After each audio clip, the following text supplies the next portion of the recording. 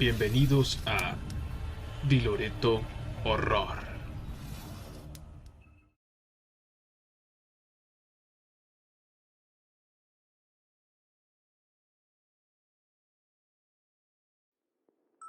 Entrené cuervos para que me trajeran monedas.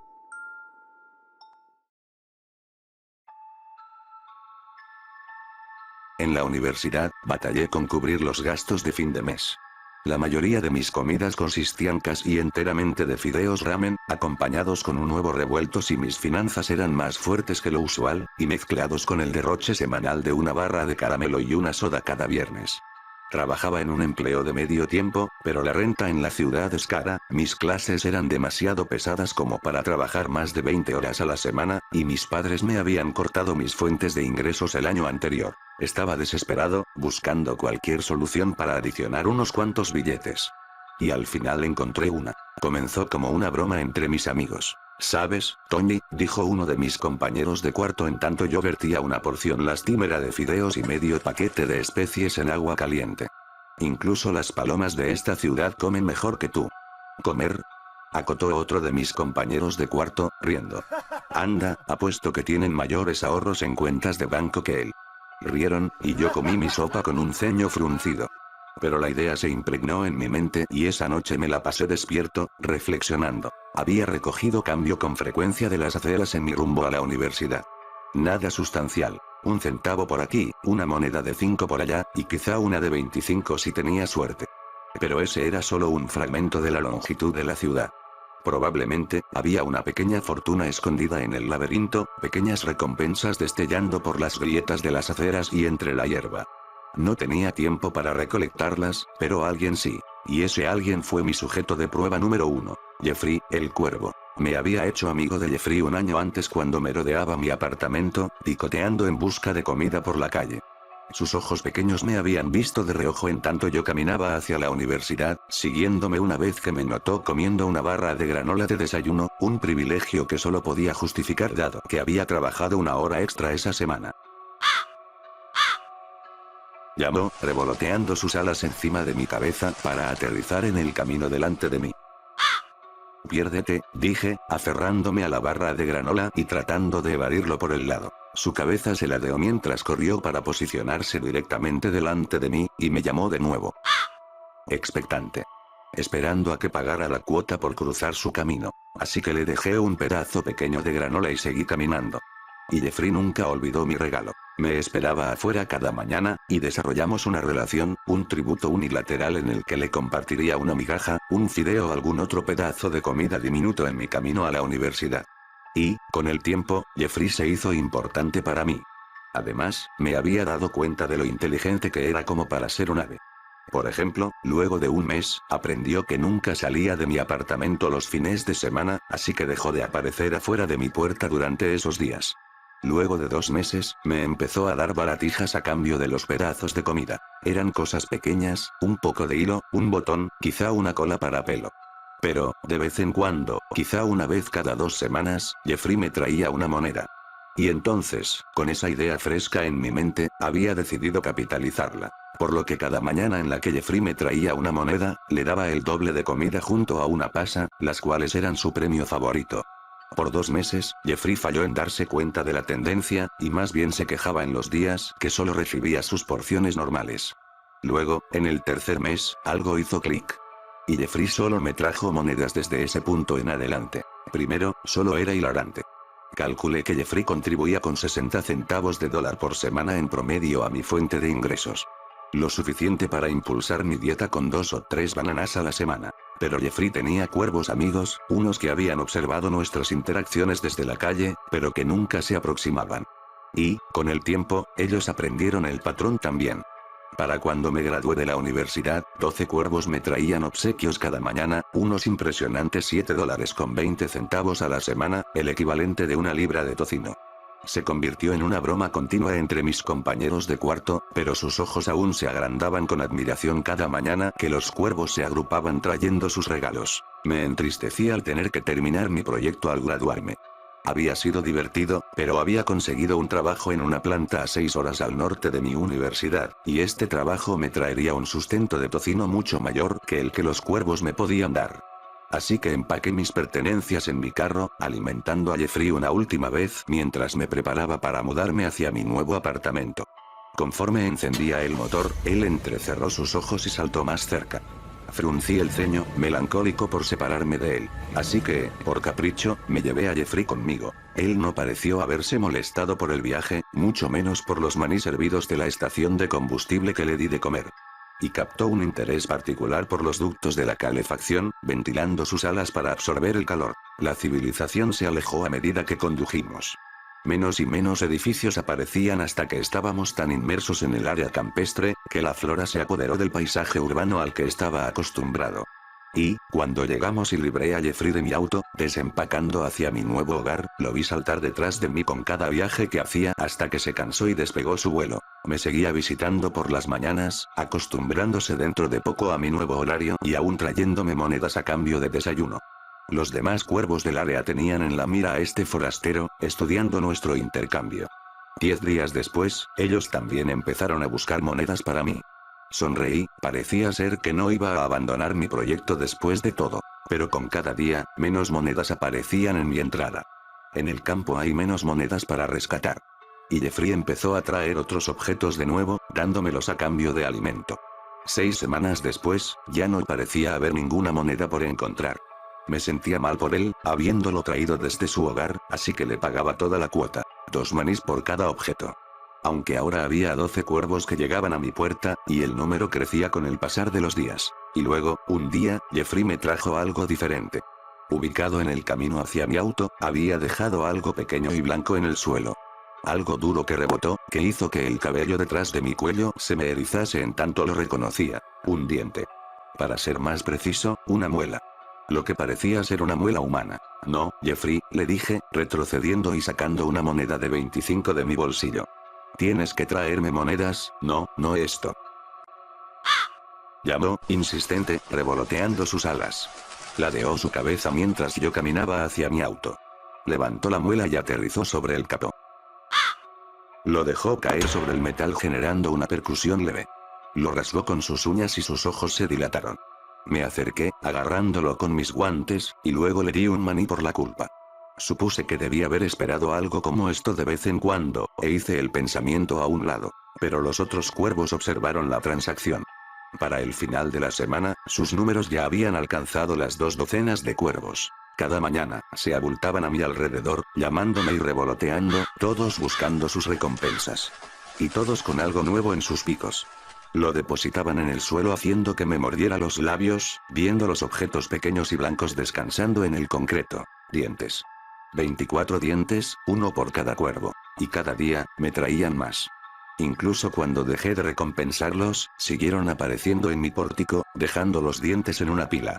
Sus ojos desvelando la irritación porque yo me rehusase a pagarles, y simplemente empujase a un lado los dientes. Otros cuervos seguían adoptando el mismo comportamiento, y su población aún crecía al igual que el número de dientes depositados. Han pasado 3 meses desde que Jeffrey trajo su primer diente. No sé en dónde los encuentran, o cómo es que pueden ser tantos. No quiero saberlo, porque sea de donde sea que los están trayendo, debe ser cerca. Pero lo que sí sé es que ahora tengo 5 libras de muelas humanas en mi pórtico. He estado recibiendo cartas extrañas de la prisión de St. Louis. Quizá bajé mi guardia por el hecho de que llegó a las 3 de la tarde. No tocó la puerta con la fuerza que se esperaría de un hombre de su estatura, postrándose ante mí con sus casi 2 metros, de hombros anchos y de nudillos macizos. Cuando le pregunté cómo podía ayudarlo, metió su mano en el bolsillo de su abrigo, sacó un sobre y me lo pasó. ¿Quién viste con abrigos en agosto? Tomé el sobre y le di un vistazo. El frente había sido estampado varias veces con información del centro penitenciario de St. Louis. Una carta de prisión. Fantástico. No conocía a nadie que estuviera en prisión. Luego, me fijé en una nota adhesiva sujetada con un clip al reverso del sobre. Simplemente decía: por favor permita que el mensajero esté presente para que sea testigo de la lectura de esta carta. Miré hacia la figura del hombre que se imponía en mi pórtico. Aunque era grande, no parecía ser amenazante. En todo caso, su sonrisa tranquila me hacía pensar que era un tanto amigable. Le pregunté si sabía algo del contenido de la carta, pero el hombre alto se encogió de hombros. Asentí y lo invité a entrar. En la cocina, nos sentamos en la mesa uno frente al otro. Le ofrecí algo de café, pero declinó en silencio. Observándolo una última vez, pelé la solapa trasera del sobre y extraje la carta de 10 páginas garabateadas con caligrafía apresurada sobre papel amarillo rayado. La carta empezó: no me conoces. Probablemente nunca me conocerás. Recibí la pena de muerte en el centro penitenciario de San Luis. Fui encarcelado por el asesinato de mi esposa y de mis 2 hijos. Lionel tenía 3 años. Marcie solo tenía 6 meses. Los amaba sinceramente, pero los maté. Admitiré esto, ante todo. Me odio a mí mismo por ello, y me pudro en mi celda siendo torturado por las imágenes de su sangre goteando desde mis nudillos. Déjame contarte mi historia. Volteé de nuevo hacia el hombre alto con un asco evidente en mi rostro. Su sonrisa calmada y tenue no flaqueó mientras me observaba. Me levanté para traer un vaso con agua y luego regresé por la carta. El autor de la carta, cuyo nombre descubrí que era Fitz Willard, había sido encarcelado hace 2 semanas y empezó a escribir la carta tan pronto como tuvo acceso al correo. Nunca explicó cómo consiguió mi dirección o por qué me escogió a mí para compartir su historia. Pero la historia era brutal. Fitz declaraba que había sido maldecido. Mi primer pensamiento era que sufría de esquizofrenia, pero explicó que había sido evaluado para ello sin ningún resultado. Insistía con que un espíritu demoníaco estaba atado a él. El espíritu maligno se burlaba de él, lo torturaba en cada momento del día. Le susurraba actos despreciables a su oído cuando se acostaba en la cama. Aparecía en su reflejo cuando pasaba por espejos. El demonio le sugería crueldad constantemente y llenaba el cerebro de Fitz de inseguridades, fobias e ideas siniestras. El día a día de la vida de Fitz se plagó de un comentario prolongado sobre las debilidades de los humanos, la fragilidad de la carne y la libertad que conferían las masacres. Reuniones de trabajo siendo acechadas por el alarido del demonio. Le siseaba cosas terribles acerca de toda persona con quien Fitz se cruzaba en la calle, pero lo peor de todo eran los pensamientos del demonio en referencia a la familia de Fitz. Decía que su esposa era una puta. Que sus hijos eran unos bastardos malagradecidos. El demonio convencía a Fitz de que su familia no lo apreciaba, que su esposa lo estaba engañando, que sus hijos no soportaban tenerlo cerca. Que Fitz nunca sería capaz de proveer lo suficiente para ellos. Que su casa era un chiquero. Que sus vestimentas eran trapos. Que todo por lo que Fitz había trabajado su vida entera era un chiste mediocre, cuando mucho. Por 10 páginas, Fitz Willard relató la locura que reptaba en su mente. Las pesadillas que lo despertaban docenas de veces durante la noche. El demonio hacía que los focos de luz tiritasen mientras Fitz caminaba por debajo de ellos. Hacía que el agua de la bañera se tornase roja. Que se apilasen moscas en los espejos. Y las sugerencias del demonio se volvieron más y más furiosas. Se volvieron demandas. Amenazas, incluso. Hasta que, un día, Fitz cedió. Destrozó los cráneos de sus 2 hijos infantes con sus propios puños antes de estrangular a su esposa con tanta fuerza, que fracturó la vértebra de su cuello previo a que finalmente se asfixiara. Así es como terminó la primera carta. El hombre alto se puso de pie y asintió en silencio. Luego lo acompañé a la puerta frontal. Naturalmente, estaba alterada. ¿Por qué alguien decidiría compartir una historia tan terrible conmigo? Día 2. El hombre estaba parado en mi pórtico de nuevo, a las 3 de la tarde, y cuando abrí la puerta me entregó la segunda carta. Por más desconcertada que estaba, la noche anterior me había dado cuenta de que no me podía sacar la historia de la cabeza. Tomé la segunda carta y conduje a su mensajero hacia la mesa de la cocina. Quería más. ¿Qué palabra le hace justicia al carácter de la segunda carta? Sombría. Retorcida. Desesperada. El papel amarillo estaba lleno de figuras miserables amontonadas en esquinas, y cuerpos pequeños desplegados con charcos de grafito. La segunda página de la carta simplemente era un gran dibujo. La expresión de una mujer carcomida por el sufrimiento, con su boca desencajada y su garganta repleta de larvas. Arañas envueltas en su cabello. Lágrimas surcando su rostro. Sus manos sujetándole la cabeza e incrustando sus uñas aserradas en sus mejillas. La segunda carta me dio el nombre del demonio, Grimdale del Atormentador. Fitz profundizó sobre su descenso a la locura. La llamada sollozante que hizo al 911 mientras se paraba frente a los cuerpos inertes de su familia. Habló del juicio y de cómo, incluso en la corte, Grindelwald se sentó detrás de él en la mesa del acusado y pronunció insultos de todos los presentes. Grindelwald exigió que Fitz asiera el arma del alguacil al final del juicio, y Fitz lo hizo. Esto llevó a una golpiza. Grindelwald dijo que Fitz debía pararse a un lado de la puerta de su celda, gritando profanidades y amenazando a los guardias. Esto llevó a una golpiza mayor. Grindelwald le dijo a Fitz que le escupiera al juez al día siguiente en el juicio y, por lo derrotada que estaba su pobre conciencia debido a la influencia constante del demonio, lo hizo. Le di un vistazo con frecuencia al hombre sentado al otro lado de la mesa. Estaba al tanto del relato terrible que se me contaba. ¿Es por eso que era tan importante que estuviera presente? Su sonrisa gentil nunca titubeó, nunca se desvaneció mientras hojeaba mi cocina distraídamente. La carta terminó con otro dibujo. Esta vez, de todo el juzgado cubierto con abogados masacrados y el juez colgando de su cuello sobre el estrado. Todo había sido bosquejado con lápiz grafito y huellas digitales grises presionadas contra el papel amarillo. En el tercer día, estaba sentada en el último escalón esperando que se cumplieran las 3 de la tarde. Justo a tiempo, el mensajero llegó y, sin que dijéramos nada, le permití pasar por mi puerta. Dejó la tercera carta en la mesa de la cocina y se sentó. Pelé el sobre y me senté con una taza de café humeante por mi codo. En su tercera carta, Fitz habló sobre sus días en prisión. Sobre cómo, desde su encarcelamiento, Grindelwald el atormentador lo acosó.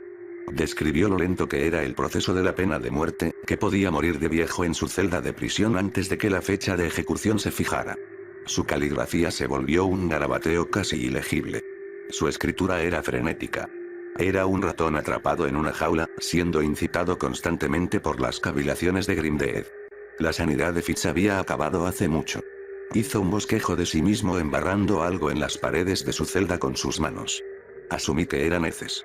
Fitz dijo que estaba pensando en arrancarse sus orejas con la esperanza de quedar sordo y escapar de los susurros de Grindelwald. Las páginas amarillas tenían manchas en ellas por las lágrimas de Fitz. Se disculpó de eso. Luego, en la última página, una chispa de esperanza. Como si se hubiera detenido y recuperado la compostura, su caligrafía se hizo limpia y clara de nuevo. Las últimas líneas decían: Grindelwald se ha aburrido de mí. Al estar encerrado de esta manera, no le sirvo de mucho. Me reveló el método para terminar la maldición. Bueno, no, porque la maldición nunca termina realmente. Por esto te estoy escribiendo. Para pasarle la maldición a su siguiente víctima. Pero, dado que aún me queda un fragmento de mi humanidad, al menos te diré cómo se hace. Tienes que hacer que alguien más adquiera la maldición de la misma forma en la que me sucedió a mí, al invitar a Grindelwald a tu casa 3 veces. Mi corazón se paralizó. No me atreví a respirar conforme alzaba mi mirada desde la firma burlona de Fitz y hacia el hombre alto que me veía a los ojos. Sus ojos eran una negrura infinita. Esa sonrisa cruel se amplió más que nunca. «Quema la carta», demandó Grindelwald. Si tu voz deja de hacer eco, cancela tu viaje por carretera.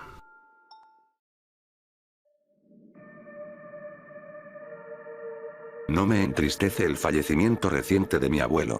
En su lugar, estoy motivado a compartir lo que mejor recuerdo de él. Esto sucedió a mis 8 años, y hubiera sido imposible que yo sobreviviera si mi abuelo no hubiera estado detrás del volante. Estábamos en un viaje de pesca ese día. Mi papá tuvo la intención de unírsenos, pero le surgió algo, así que solo éramos nosotros dos por primera vez. Me sentía un poco incómodo cerca de mi abuelo porque nunca había estado a solas con él. Siempre había observado a los demás interactuar con él, pero un niño de 8 años tenía poco que decirle. También estaba maravillado por cómo él actuaba con mi papá de la misma forma en la que mi papá actuaba conmigo, concretamente, una voz de autoridad. Cuando mi abuelo me contó sobre los diferentes tipos de peces y qué carnadas usar, lo escuché como si hacerlo fuera la cosa más importante del mundo. Resultó ser algo bueno que tomara sus palabras tan en serio. Comenzó muy inofensivamente. A medida que caminábamos por el pequeño desfiladero para regresar al auto, pude escuchar la voz de mi abuelo haciendo eco por las paredes de roca altas. Tuve mucho tiempo para merodear en tanto él empacaba nuestras cosas en el auto, y lo utilicé para regresar a aquella área y gritar. Extrañamente, mi grito solo hizo eco una vez y con debilidad. Por más que gritaba, no escuchaba ningún reflejo del ruido. Era demasiado joven en ese entonces como para entender lo imposible que era eso. Solo asumí que estaba gritando mal, o que mi abuelo tenía un timbre especial de adulto que le permitía a su voz hacer eco, mientras que la mía solo se extinguía. Aún así, me molestaba, y al final se lo mencioné durante nuestro viaje de regreso por la carretera. Todo sobre ese momento se talló en mi memoria. Eran las 3 de la tarde con 22 minutos según el tablero electrónico del auto.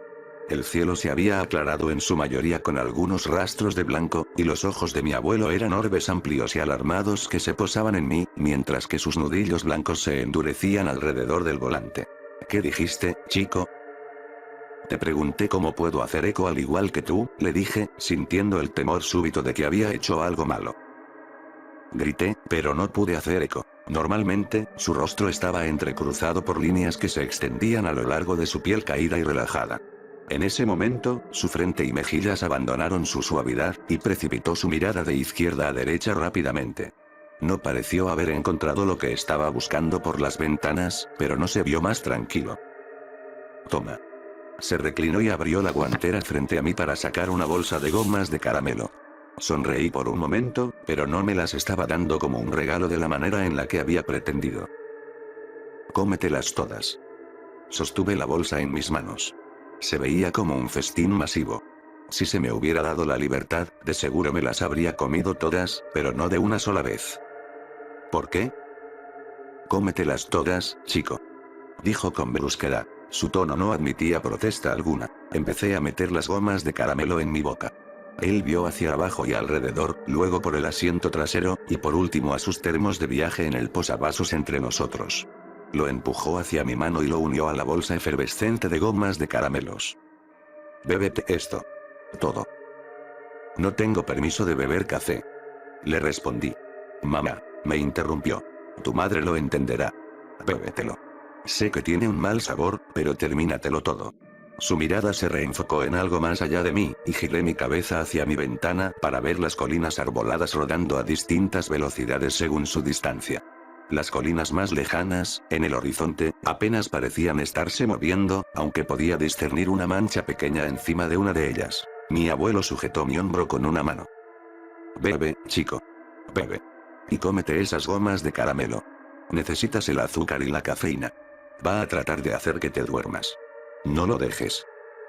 Decir que estaba asustado sería un eufemismo. Ninguna parte de mí pensaba que eso era algún tipo de broma. Él era demasiado reservado y austero para eso. El café sabía terrible, pero me lo tragué todo hasta que no quedó nada. Después de eso, empecé a devorar las gomas de caramelo enteras hasta que la bolsa estaba vacía. Volteé hacia mi derecha. La mancha en la distancia seguía ahí, pero ahora estaba un rango de colinas más cerca. Aún era diminuta, pero realizaba un movimiento similar a algo ondeándose de atrás hacia adelante. Miré a mi abuelo con recelo. Él, a su vez, apartó su mirada de la cosa en la distancia para enfocarse en mi cara. Exhaló por su nariz y volteó hacia el frente, determinado de una forma en la que nunca lo había visto antes. Sus piernas se movieron y el auto empezó a acelerar. Ya habíamos estado yendo al límite de velocidad en la carretera vacía. La azúcar, la cafeína y el miedo comenzaron a tener un efecto en mí. Recuerdo que mis mejillas y frente se calentaron, y mis manos sudaban cada vez más. ¿Qué está pasando? Estoy asustado. Mantente asustado. Inhaló y sus ojos permanecieron en el camino sin que dejase de pisar el acelerador. Pude ver a la aguja sobrepasar los 130 km por hora. Eso te ayudará a permanecer despierto. Esta maldita cosa vino por tu abuela, y empezó de la misma manera. Justo antes de un viaje largo, notamos que su voz dejó de hacer eco, su rostro se deformó en una máscara de furia. Pero los autos son mucho mejores ahora de lo que eran antes. No dejaré que te lleve. Mi espalda se lanzó poderosamente contra el asiento a medida que puso el pedal en el suelo. Me fijé en que la aguja pasó los 150 kilómetros, y luego me asomé por la ventana de nuevo. Estaba aún más cerca, y ahora se hacía visible como la silueta de un hombre corriendo por las colinas, entre los árboles, y encima de rocas grandes paralelas a nosotros. Aún sigue ahí. Mi abuelo gruñó con enojo y empujó su pie hacia abajo sonoramente. Me agarré de mi reposabrazos y de la manija de la puerta conforme nuestro auto alcanzaba un máximo de 160 km por hora y empezaba a sacudirse. Me pareció que estábamos en un proyectil mínimamente controlado más allá de cualquier límite de seguridad, y me aterrorizaba la idea de que la carretera dejaría de estar sola y embestiríamos a otro auto o a un camión. Pero incluso a través de ese miedo y adrenalina sobrecogedores, un cansancio helado se logró filtrar por mi columna. Mis ojos se sentían pesados, y, adormilado, vi hacia mi derecha. La impresión me despertó de nuevo. Ahora estaba en el hombro de grava de la carretera. Una silueta humanoide negra corriendo a una velocidad increíble al lado de nuestro auto. Dentro de esa oscuridad móvil, se veían puntitos encendidos que me hicieron sentir como si estuviera contemplando la noche misma. El sol de la tarde ardía en el cielo por encima y por detrás de ellos sin surtir efecto. Observando cómo sus pies borrosos empezaron a correr a toda velocidad por la línea pintada en el borde del camino, me sentía adormilado otra vez. Eso corría a nuestro lado, pero acercándose. «Despierta», gritó mi abuelo, arriesgando una mano afuera del volante para poder agitarme. «Está tratando de drenar tu vida. Despierta». Movió el auto un carril hacia la izquierda, y, aún presionado contra mi asiento por la aceleración, miré la persecución hipnotizante a la mitad de la carretera. Poco a poco, los pies negros aterrizaban entre cada zancada, igualando nuestro ritmo. Recuerdo que el auto se sacudía agresivamente a mi alrededor como había imaginado que lo haría un transbordador espacial. Sabía que nos estábamos acercando a los 200 kilómetros, y acercándonos a lo más que el auto podía ofrecer. En ese momento, me perdí en las estrellas de esas piernas de vacío a medida que corrían junto al auto, y una mano se avecinó para abrir la puerta. El viento estalló a mi alrededor cuando la tormenta de 200 kilómetros por hora arremetió contra mi ropa y cabello. Sobresaltándome, grité y mi abuelo movió el auto a la izquierda tanto como pudo sin sacarnos del camino. No importó, la silueta sostuvo la puerta abierta con su brazo estrellado y empezó a prepararse para saltar al auto. El otro brazo me agarraba el cuello, y el frío que me confirió no puede ser comunicado con simples palabras. La descripción más afín que puedo dar, es que la velocidad y fuerza desmedidas de esa antítesis cósmica me detestaban. En algún lugar, el hielo y la antivida eran el estándar, moviéndose a velocidades absurdas por el vacío. Y esa cosa representaba una pequeña parte de esa voluntad exánime, pero no estaba aquí por completo.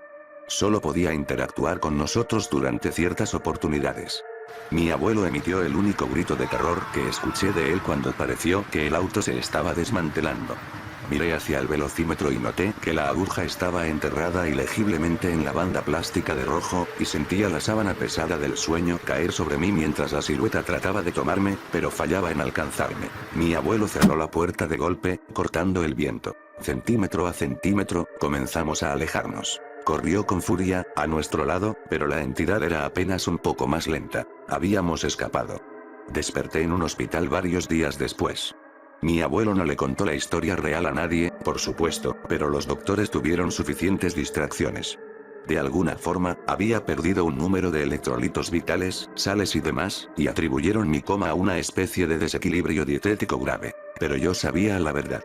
Y me he asegurado de contarles a las personas que me importan el pequeño consejo que mi abuelo me dejó. No es prioritario si tiene sentido para ti o no, solo presta atención. Aún está ahí afuera, en el campo abierto del Medio Oeste, y probablemente ha estado ahí siempre. Pero nunca tuvo problemas antes de que incorporáramos las grandes velocidades a nuestro diario vivir. Todos los días mueren personas por haberse quedado dormidas al volante, y ahora sé con seguridad que no todos esos sucesos son inocentes. Si tu voz deja de hacer eco, cancela tu viaje por carretera. Te has seleccionado. Betsy, la muñeca.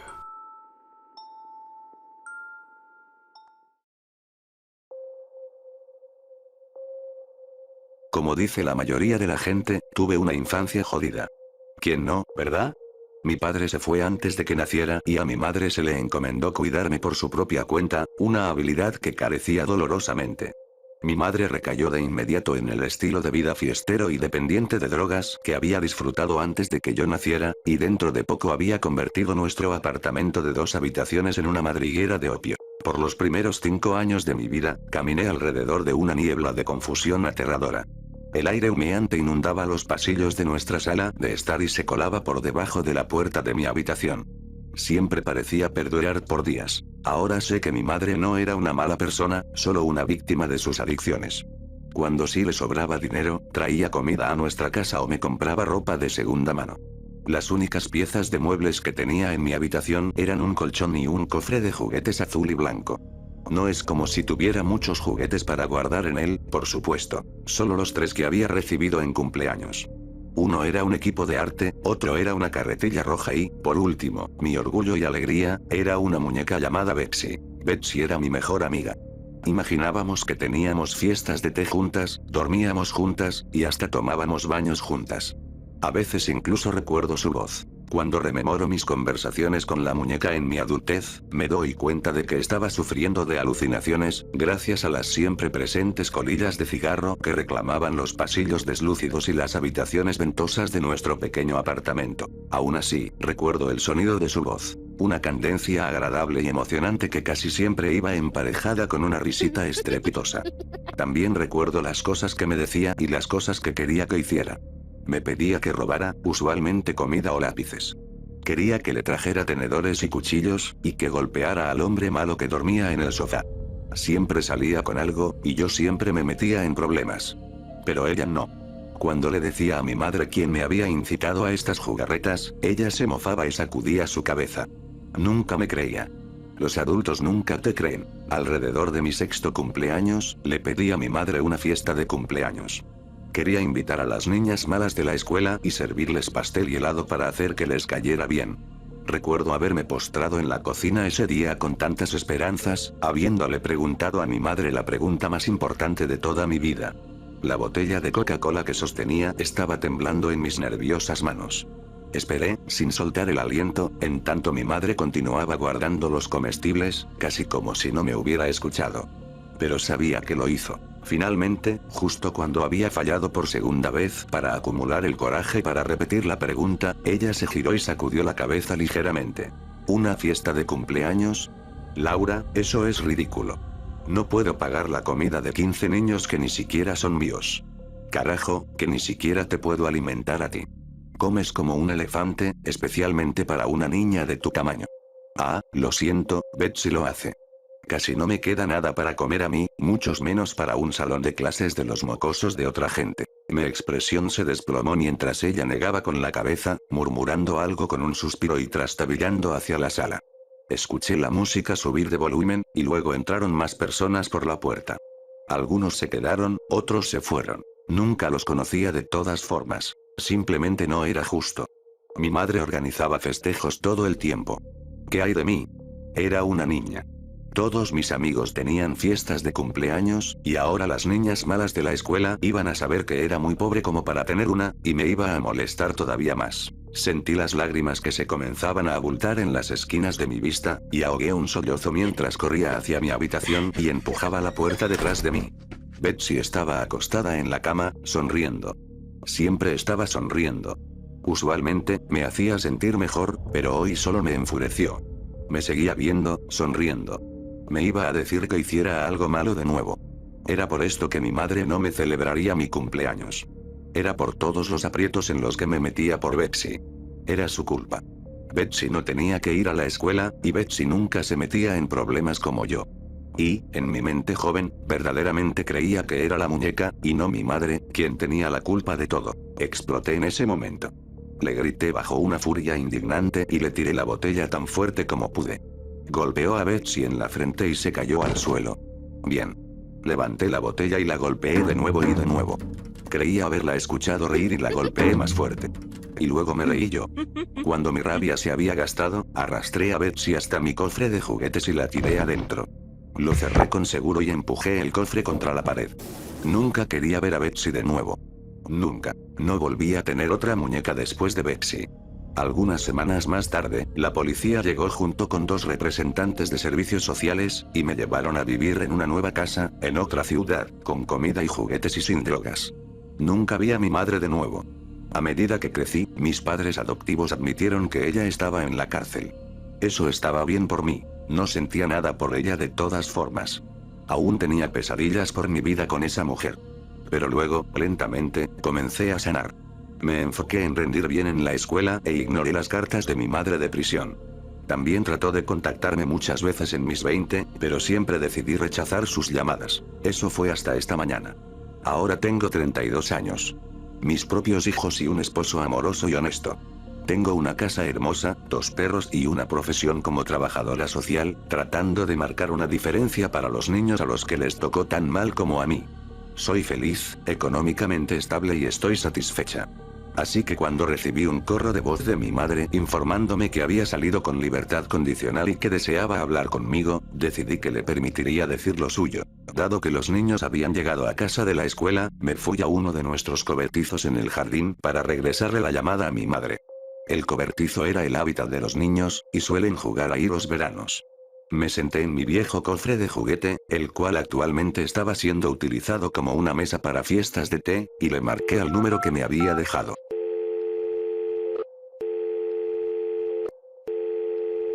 Hola. Laura. Hola, madre. ¿Cómo estás? Oh, Laura, muchas gracias por hablar conmigo. Sé que ahora tienes tu propia vida y una familia. Me encantaría conocerlos alguna vez. Solo quería decirte lo arrepentida que estoy. Por todo. Madre, no vas a conocer a mis niños.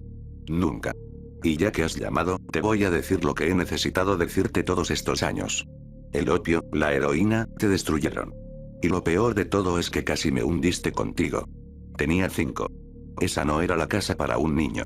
Honestamente, estoy sorprendida de que les haya tomado tanto tiempo para encerrarte. Laura, sé lo que parece, pero, con toda honestidad, no sé nada. Mira, ya casi no importa, y entiendo por qué te sientes de esta manera. ¿Por qué me odias y no quieres que conozca a tus pequeños? Aprendí mucho acerca del perdón mientras estaba recluida, y solo. Ay, Laura, lo siento tanto por Betsy. ¿Betsy? Me detuve, confundida. ¿Y a ti qué te importa? Lo sé, Laura, créeme que lo sé. Todo fue mi culpa. Las drogas, las fiestas. Y Betsy, oh Dios, si solo hubiera prestado atención, si solo hubiera sabido. Se ha ido y es mi culpa.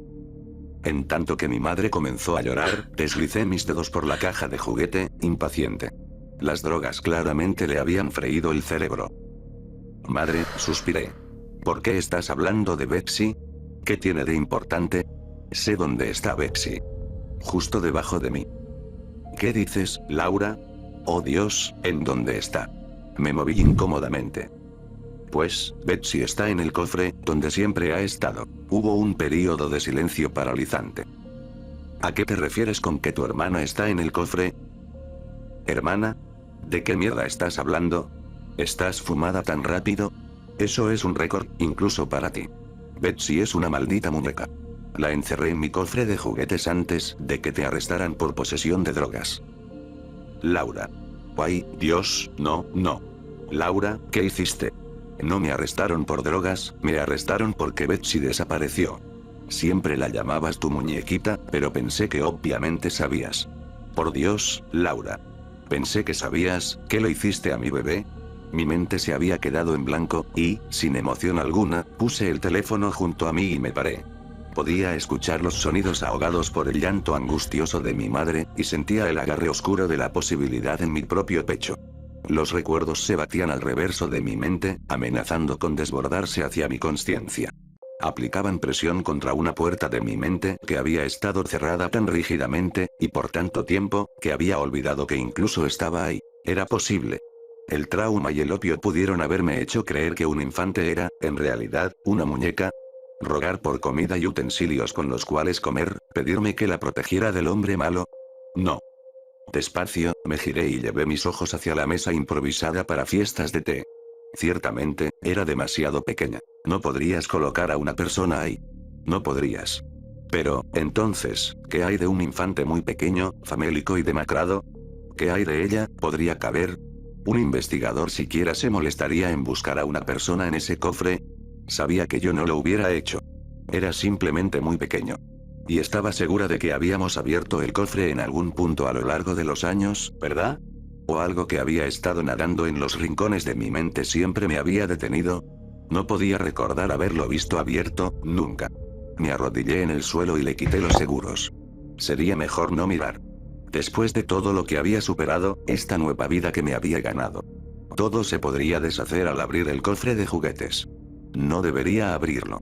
Debería botarlo en un vertedero y olvidarme de que existió alguna vez. No debería ver adentro. Abrí el cofre. Nunca tuve una muñeca. Mi madre no tenía el dinero para comprarme una. Nunca tuve una carretilla tampoco, para el caso. Pero sí tenía un cofre de juguetes, un bello cofre azul con blanco. Y cuando tenía 5 años, maté a golpes a mi hermanita y la metí en él.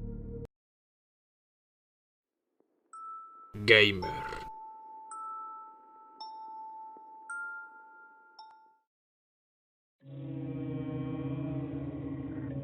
Sabes que los niños no deben ir a cuartos extraños con hombres que acaban de conocer, ¿verdad? Cuando tenía 10 años, yo también sabía esto, pero era un gran nerd de los videojuegos. En la década de los 80s, si querías jugar videojuegos, tenías que ir a las salas de juegos en los centros comerciales. Nuestra sala tenía una selección amplia de videojuegos en el área del vestíbulo. Pero los mejores juegos estaban escondidos en un cuarto secreto al reverso de la tienda. Había oído acerca de él por medio de otros niños en mi escuela. Decían que si invertías mucho tiempo y monedas jugando videojuegos en el piso principal, el dueño, Stanley, te llevaría al cuarto trasero en donde guardaba los juegos secretos. Los chicos decían que Stanley tenía acceso a los juegos meses antes de que fueran estrenados. También se rumoraba que había ciertos juegos en el cuarto trasero que eran demasiado severos para el piso principal. Juegos clandestinos de Japón que incorporaban sexo y violencia gráfica. Había estado yendo al salón con mis amigos por más de un mes, pero Stanley nunca mostró ningún interés en mí hasta que llegué por mi propia cuenta un día. Debes entender que este era un pueblo universitario seguro y pintoresco, y en los 80s. Las cosas eran diferentes. Las mamás llevaban a sus niños al mall, solo armándolos con advertencias de no hablar con desconocidos, y los dejaban por horas. Todos hacían esto. No era negligente. Estaba jugando Street Fighter cuando Stanley se me acercó. Has pasado mucho tiempo en ese juego. Me sentí un poco sorprendido porque estuviera justo ahí. Lo había visto alrededor de la tienda, pero nunca así de cerca. Era como hablar en persona con una celebridad por primera vez. Sí. Casi he logrado la puntuación más alta 3 veces. Me preguntó, ¿quieres jugar algunos otros juegos atrás? Y eso fue todo. Fue como preguntarme si quería $1.000.000. Me retiré de mi juego, justo a la mitad de un nivel difícil, y dije, sí. De inmediato. Sin vacilar. Así de estúpido era. A medida que me dirigió por la parte trasera del vestíbulo de juegos, me preguntó, ¿alguien te ha contado acerca de la habitación secreta? No quería meterme en problemas por delatar a nadie. Él me prometió que no me pasaría nada, que solo quería saber quién había sido. Le di el nombre de Jonathan Blackeley. Cuando entramos al cuarto trasero, sentí un pinchazo de decepción. Escaneé con rapidez las máquinas a lo largo de la pared, pero no vi nada particularmente lascivo. Algunos juegos antiguos. Uno que otro que se había roto recientemente y que fue removido del piso de juegos. Había 3 puertas separadas que conducían a otros cuartos. Supuse que debían de ser baños o un área de oficina. También había otro niño más o menos de mi edad en la habitación. Estaba jugando uno de los juegos de disparo del viejo oeste. Stanley me dio un recorrido e introdujo al niño como Ian.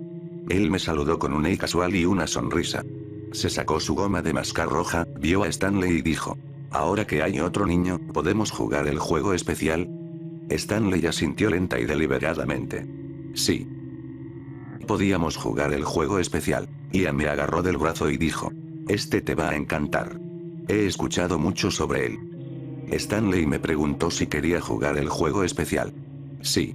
Quería jugar. Stanley me dijo que esperara mientras agarró a Ian del hombro y lo condujo hacia uno de los cuartos laterales. Cerró la puerta detrás de ellos, y esperé. Stanley no me había dado instrucciones. ¿Se iban a tardar 1 minuto? ¿O 20? ¿Tenía permitido jugar los otros juegos en tanto esperaba? No podía procesar exactamente lo que estaba sucediendo, así que solo me quedé parado ahí observando la puerta cerrada con Stanley e Ian dentro. Escuché muy atentamente y creía haber distinguido sus voces detrás de la puerta cerrada. Quizá algunos empujones. Después de unos minutos, Stanley salió de la habitación y dijo, está bien, vamos a acomodarte en tu cabina. Estaba tan impresionado. Había visto una fotografía de una cabina simuladora en una revista de videojuegos, pero nunca pensé que entraría a una. Stanley abrió una puerta diferente al lado de la que él había entrado con Ian. Me gesticuló que entrara. A medida que caminaba por la puerta de Ian, vi que estaba abierta ligeramente. Y pude darle un vistazo a Ian sentado en el mecanismo de cabina, utilizando un casco negro con un visor polarizado. Un mecanismo similar esperaba en mi habitación. Me subí a la silla y Stanley ajustó los tirantes del arnés de seguridad alrededor de mi pecho. Colocó un casco negro sobre mi cabeza, como el equipo de un piloto de combate real. Le tomó un tiempo para que todo estuviera ajustado apropiadamente. Estaba sentado en un marco metálico grande con un asiento bien acolchonado y un monitor enfrente. Había luces fluorescentes superiores iluminando la habitación. La silla tenía controladores con palancas de mando a cada lado. Stanley me dejó a solas en la habitación y cerró la puerta detrás de él. Entonces el juego comenzó. Escuché la voz de Ian a través de los parlantes del casco. ¿Oye? ¿Puedes escucharme? Podía escucharlo. Era bastante genial, como walkie-talkies. Pero los gráficos eran mucho menos impresionantes que el resto del equipo. Cuadrados verdes poco ambiciosos y círculos que flotaban alrededor de un fondo negro básico. Me reí por lo bajo y le dije a Ian que probablemente podría dibujar algo mejor en el Commodore 64 que tenía en casa. Las líneas verdes comenzaron a rotar, mientras que la voz pregrabada de una mujer era transmitida por los audífonos. Jugador 1. Tú eres el accionador. Jala el gatillo antes de que la cuenta regresiva finalice. No te conviene fallar. La pantalla mostraba un 15 con letras grandes de bloque. Luego cambió a 14. Luego a 13. La cuenta regresiva se había activado. Mi tipo favorito de juego eran los que no hacen ningún intento por explicarse a sí mismos. Solo los descifras conforme avanzas. ¿Quién es jugador 1? Pregunté. Ian no sabía. Cuando agarré ambas palancas de mando, estaba sorprendido porque no rotaran. Y cada una solo tenía un botón. Presioné los botones. La voz continuó la cuenta regresiva. 8, 7. No creo que sea el primer jugador, le dije a Ian. Mi gatillo no hace nada. Ian dijo. Estoy intentando. Y a la mitad de su oración, sentí una descarga de electricidad correr a través de mí, y me quejé en voz alta. Ian me llamó a través de los audífonos. ¿Estás bien? No. Respondí. Algo me jodió el asiento. Me electrocutó cuando hiciste eso. Después del choque, el contador se reinició y comenzó a contar de nuevo los segundos. Y luego, con más fuerza, grité. Stanley. Esto está roto. El contador estaba en 10. Mi arnés de seguridad no se abría. Ian comenzó a protestar también. Oye. Stanley. Algo anda mal con esta máquina. Lo electrocutó por accidente. 7, 6, 5. Entre la pronunciación de los números, la voz computarizada de la mujer dijo. El juego debe continuar. No te conviene fallar. Ouch.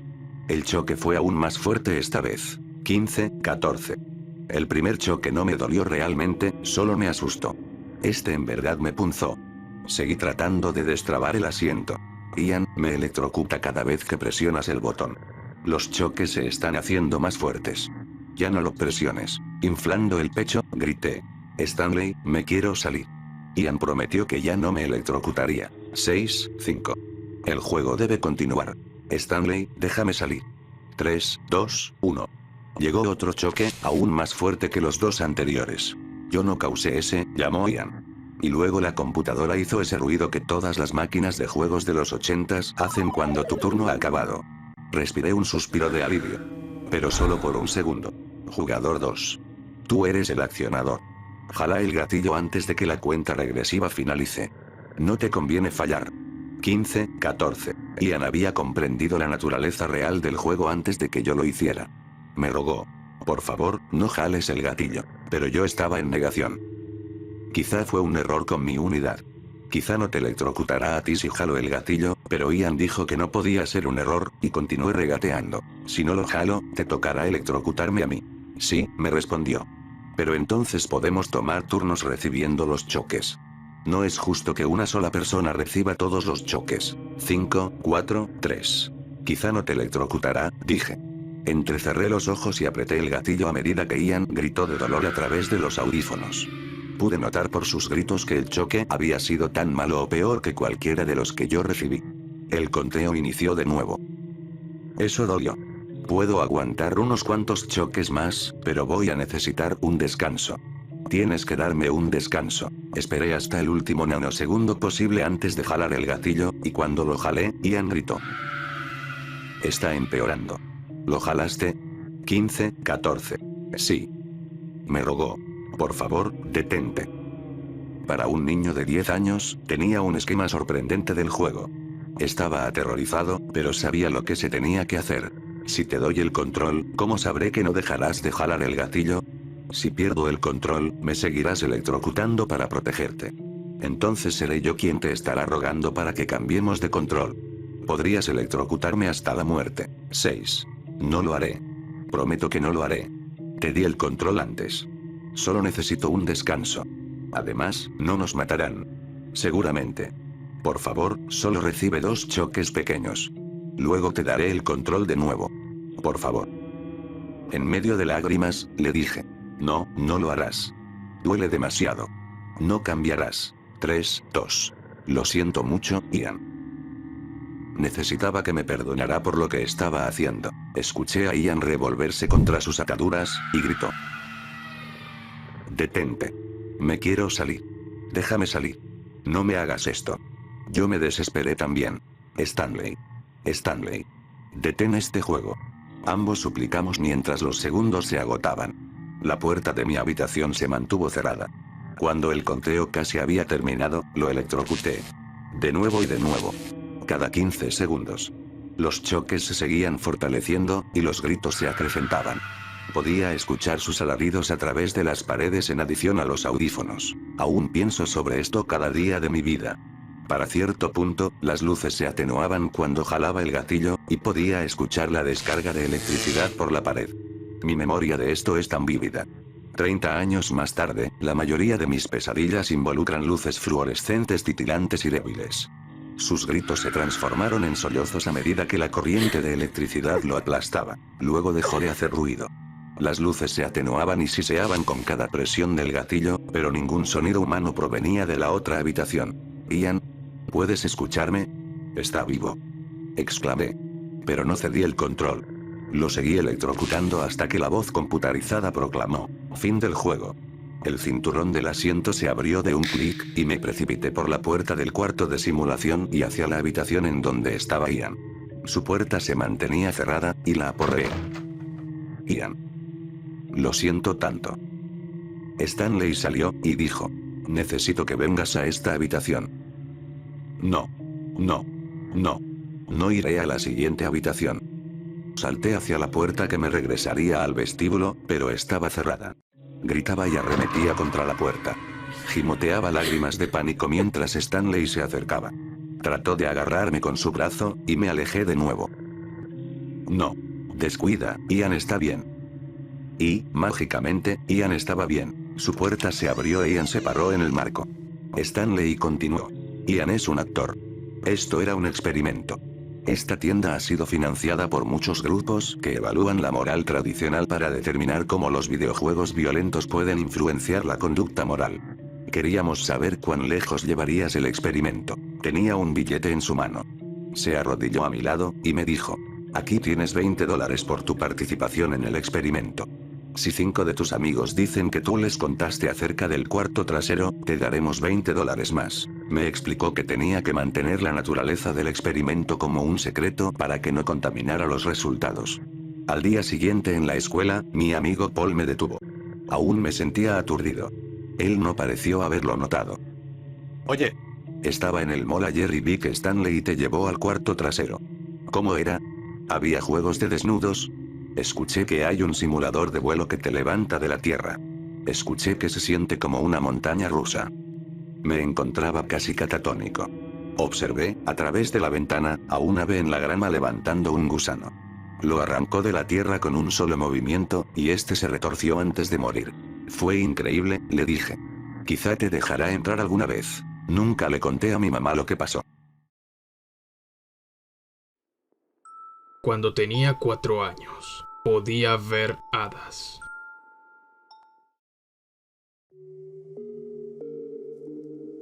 Eran diminutas, no más grandes que la última coyuntura de mi dedo meñique, y translúcidas, sus órganos eran visibles a través de su carne glasine. A veces revoloteaban por encima de mi cabeza con sus alas finas, y a veces bailaban entre los racimos de flores, moviendo sus bocas para cantar melodías en una octava que no podía escuchar, pero nadie más era capaz de verlas. A medida que crecía, se hicieron invisibles para mí también, o tal vez crecí lo suficiente como para que mi imaginación no pudiese sustentar esa realidad. Al final, comprendí que solo habían sido amigos imaginarios, no muy diferentes a los que otros niños tenían. Así que me olvidé de ellas. Haber sido criada por una madre soltera no fue tan malo. Pese a que éramos terriblemente pobres, mi madre me dedicaba tanto de su tiempo como podía. Ella era el foco central de mi vida, la persona que más me amaba, la persona que me daba vida. ¿Por qué no se volvió a casar luego de que mi padre la dejó? Es algo que nunca sabré. Era hermosa, mi madre, de una manera frágil y etérea, dando la impresión de que una brisa fuerte podría disipar toda su sustancia en cualquier momento y solo dejar atrás una telaraña esquelética de hilos de seda. Ciertamente atraía a los hombres. Nunca le faltaban los ayudantes masculinos amistosos y admiradores, pero los evadía con timidez para pasar tiempo conmigo, su única hija. Aunque tuve una buena vida, la escuela no fue fácil para mí. No era una chica brillante o una chica elocuente. Se me complicaba y me quedaba atrás con frecuencia. Para cuando tenía 12, mis únicos talentos notables eran mis habilidades para soñar despierta infinitamente y un nivel de lectura decente. Pero era feliz hasta donde necesitaba serlo. La muerte de mi madre inundó mi pequeña isla de felicidad con un tsunami que llegó arrasando desde las profundidades, desmantelando mi frágil estabilidad emocional y abandonándome en un mundo de vegetación oceánica y escombros, frío y funesto. La espera adormecedora en la sala de emergencias finalizó con un doctor de rostro avinagrado explicándome que mi madre murió de un derrame cerebral masivo. Me aconsejó que llamase a mi pariente más cercano con el teléfono público y me dijo que llevarían a cabo una autopsia para explorar más a fondo la causa de muerte. Pero no tenía ningún pariente a quien llamar. No tenía tíos, abuelos ni hermanos. Con la pérdida de mi madre, tenía 16 años y estaba completamente sola en el mundo. Al no tener a nadie a quien llamar, recurrí a mi profesora de inglés, la señorita Ross. Me recogió en su VW Videl y me llevó a la pequeña casa que compartí con mi querida madre. Nadie esperaba que regresara a la escuela en un largo tiempo, así que utilicé el momento para inspeccionar la reducida pila de cosas que mi madre había acumulado a lo largo de los años. Ella le rehuía a la joyería, pero tenía una buena colección de ropa de segunda mano, todas fabricadas para su delicada complexión con su propio y paciente bordado, todas desplegadas amorosamente y perfumadas con lavanda. Recuerdo haber atraído esos vestidos a mi boca y haber respirado su esencia. Las lágrimas al fin traspasaron mi estado de shock prolongado y humedecieron las telas aromáticas. Oh, madre, te extraño tanto. Fue difícil, desgarradoramente difícil revisar sus posesiones con la huella indeleble de su personaje único. Pequeñas cajas de conchas de mar, plumas de aves bebé rescatadas, bigotes de nuestro gato que murió hace mucho. Había una caja pintada que contenía cartas organizadas meticulosamente por tipo y nombre. La mayoría de ellas eran de los hombres que la admiraban, la mayoría eran cartas de amor. Facturas y documentos legales se ubicaban a un lado, con las que tendría que lidiar más tarde, pero al final de la caja había un sobre azul verdoso dirigido hacia mi madre con una caligrafía dorada hermosa. Adentro había una sola carta de papel violeta oscuro, conteniendo un mensaje para mi madre con la misma caligrafía enmarañada. Querida Elspeth, te estoy escribiendo para felicitarte por el nacimiento de tu primera hija. Es una pena que no pueda estar ahí para el bautismo. Con amor, tu tía abuela Raisa. Al reverso del sobre venía la dirección del remitente, la dirección de mi único pariente con vida, la misteriosa tía abuela Raisa. A pesar de que la carta tenía 16 años de antigüedad, mi tía aún residía en la dirección apuntada. Era una curiosa y vieja iglesia de piedra que había sido convertida en un observatorio en algún punto de su vida. El domo en forma de cebolla había sido sustituido por un domo genuino, desde el cual se asomaba el tubo verdín de un telescopio de bronce. Había gatos que merodeaban libremente el patio frontal tapizado con flores silvestres, y las cuerdas de un piano tintineaban desde adentro del edificio. Mis golpes en la puerta con la aldaba de latón precipitaron un fin súbito de la música y el sonido de botas sobre tablones de madera, acercándose. Esa Raisa era nuestra pariente, no me cabía duda. La mujer que abrió la puerta era anciana, pero su piel curtida aún tenía la marca delicada del rostro de mi madre, y la estructura similar a la de un ave que ella y yo compartíamos. Me observó por un momento con sus aún ligeros ojos esmeralda, y luego dio unos pasos hacia adelante y me acogió en su abrazo con esencia de lavanda, destruyendo el último soporte de la represa emocional que había estado tratando de erigir desesperadamente. Me permitió llorar hasta que ya no había más lágrimas, solo bocanadas incómodas y sollozos ruinosos. Me dio a la bella y nítida cocina y puso una hervidora de cobre en la estufa de gas. ¿Cómo murió?, preguntó mi tía. Le expliqué el derrame, la ausencia de una causa subyacente, mi profesora de inglés llevándome a casa y luego haber revisado las cosas de mi madre hasta que encontré la carta. Cuando colocó el té humeante frente a mí, hice la pregunta que había estado quemándome la lengua desde que entré a su casa. ¿Por qué nunca habló de ti? Tu madre y yo tuvimos una discusión hace muchos años sobre una deuda no pagada. Aunque la perdoné, su orgullo no le permitió aceptarme. Pero todo eso está en el pasado. Estás aquí y haré lo que sea para ayudarte. Aliviada, exprimida y mortalmente cansada, solo asentí. El primer problema con el que mi tía Raisa me ayudó fue con las deudas estremecedoras de mi madre.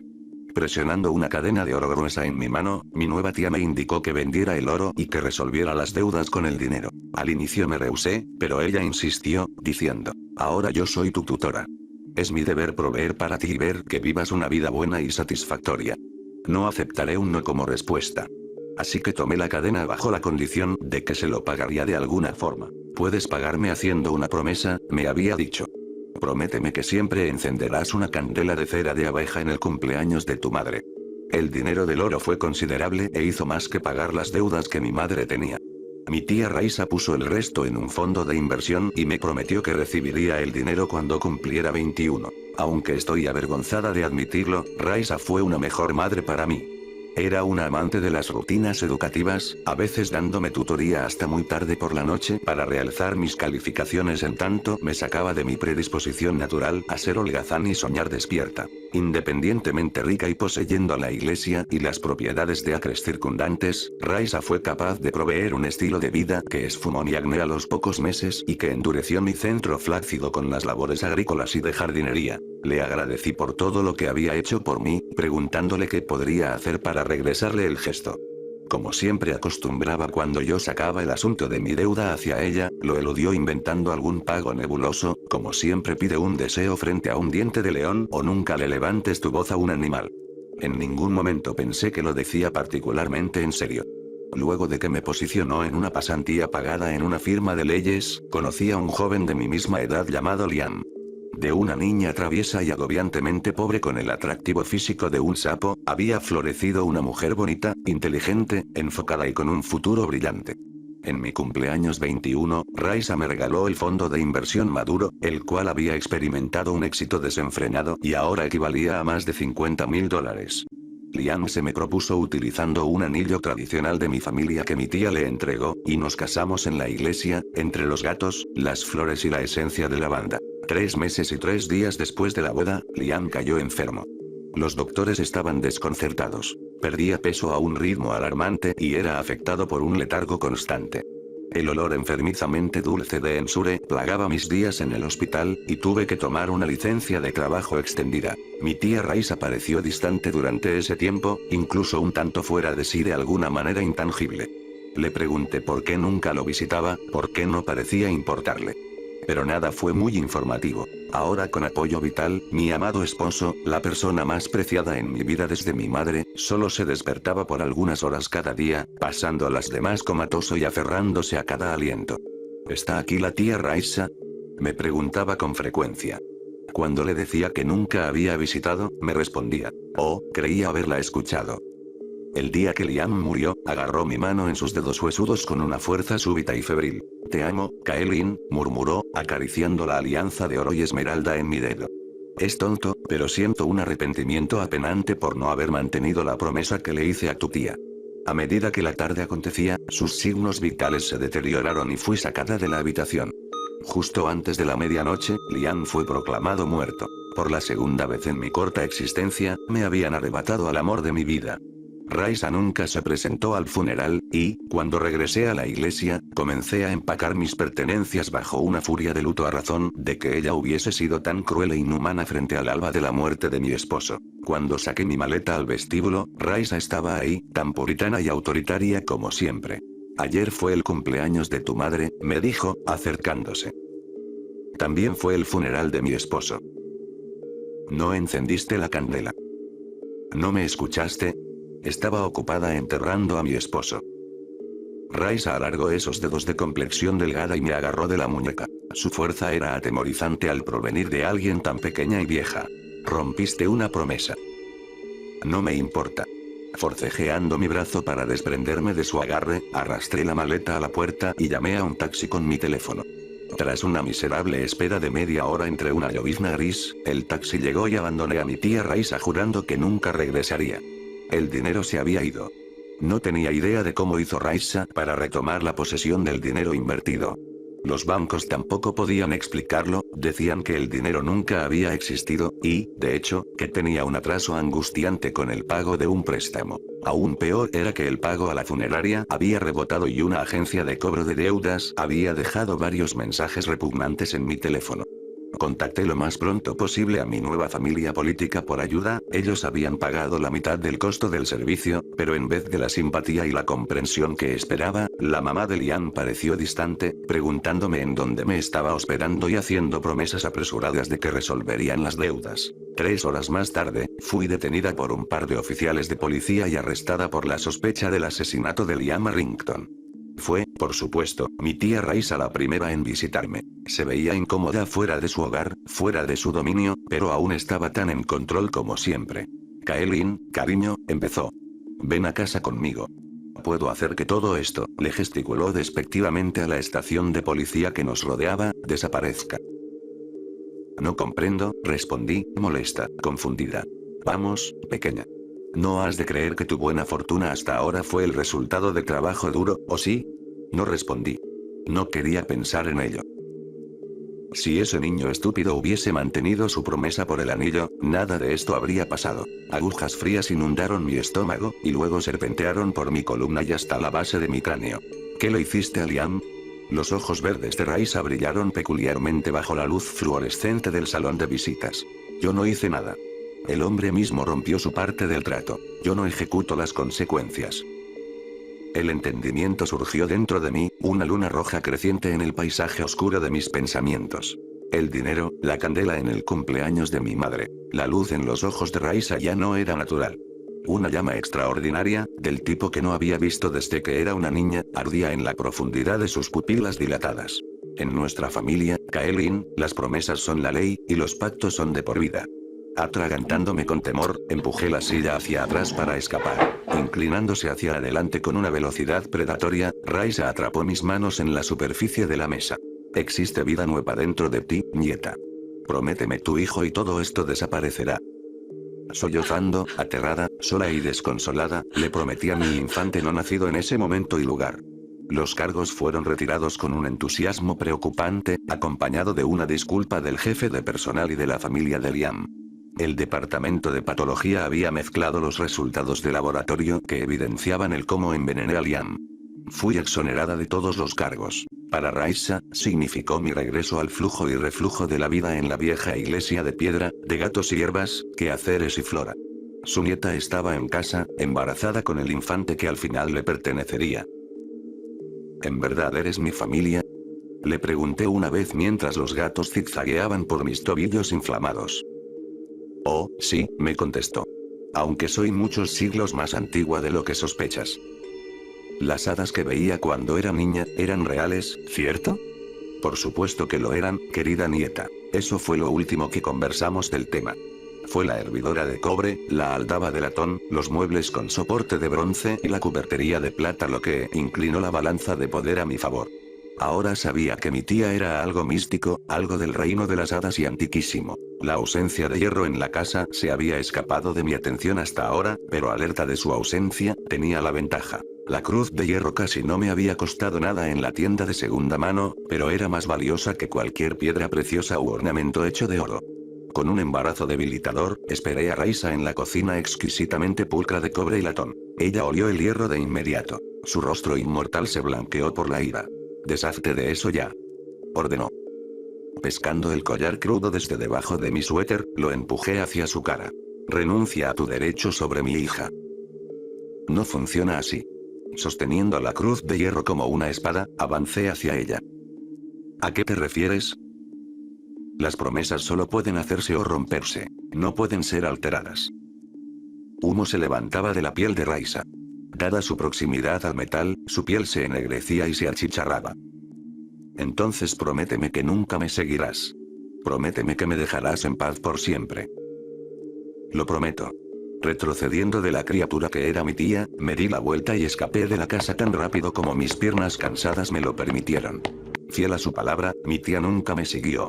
¿Qué le pasará si rompe esa promesa? No lo sé, pero sospecho que sea cual sea el parentesco que compartimos significa que yo seré el árbitro final de su castigo. Cada noche, repito la letanía de pequeñas promesas que le hice a lo largo de los años. Siempre pide un deseo frente a un diente de león, nunca le levantes tu voz a un animal, nunca nombres al Mesías durante Samaín, nunca veas tu reflejo al vestir de rojo, siempre recoge las crisálidas caídas, siempre duérmete antes de la medianoche, pues si llego a romper alguna de mis promesas, ella lo sabrá y cobrará su venganza. Hace 3 días, mi hija nació y la llevé a casa en el pequeño apartamento que había rentado con la poca cantidad de dinero que me quedaba. Recostado sobre la mesa de formica de la cocina, estaba un sobre azul verdoso dirigido hacia mí con una caligrafía dorada hermosa. Y adentro había una carta del violeta más oscuro, portando un mensaje con letra plateada enmarañada. Querida Kaylin, te estoy escribiendo para felicitarte por el nacimiento de tu primera hija. Es una pena que no pueda estar ahí para el bautismo. Con amor, tu tía abuela Raisa.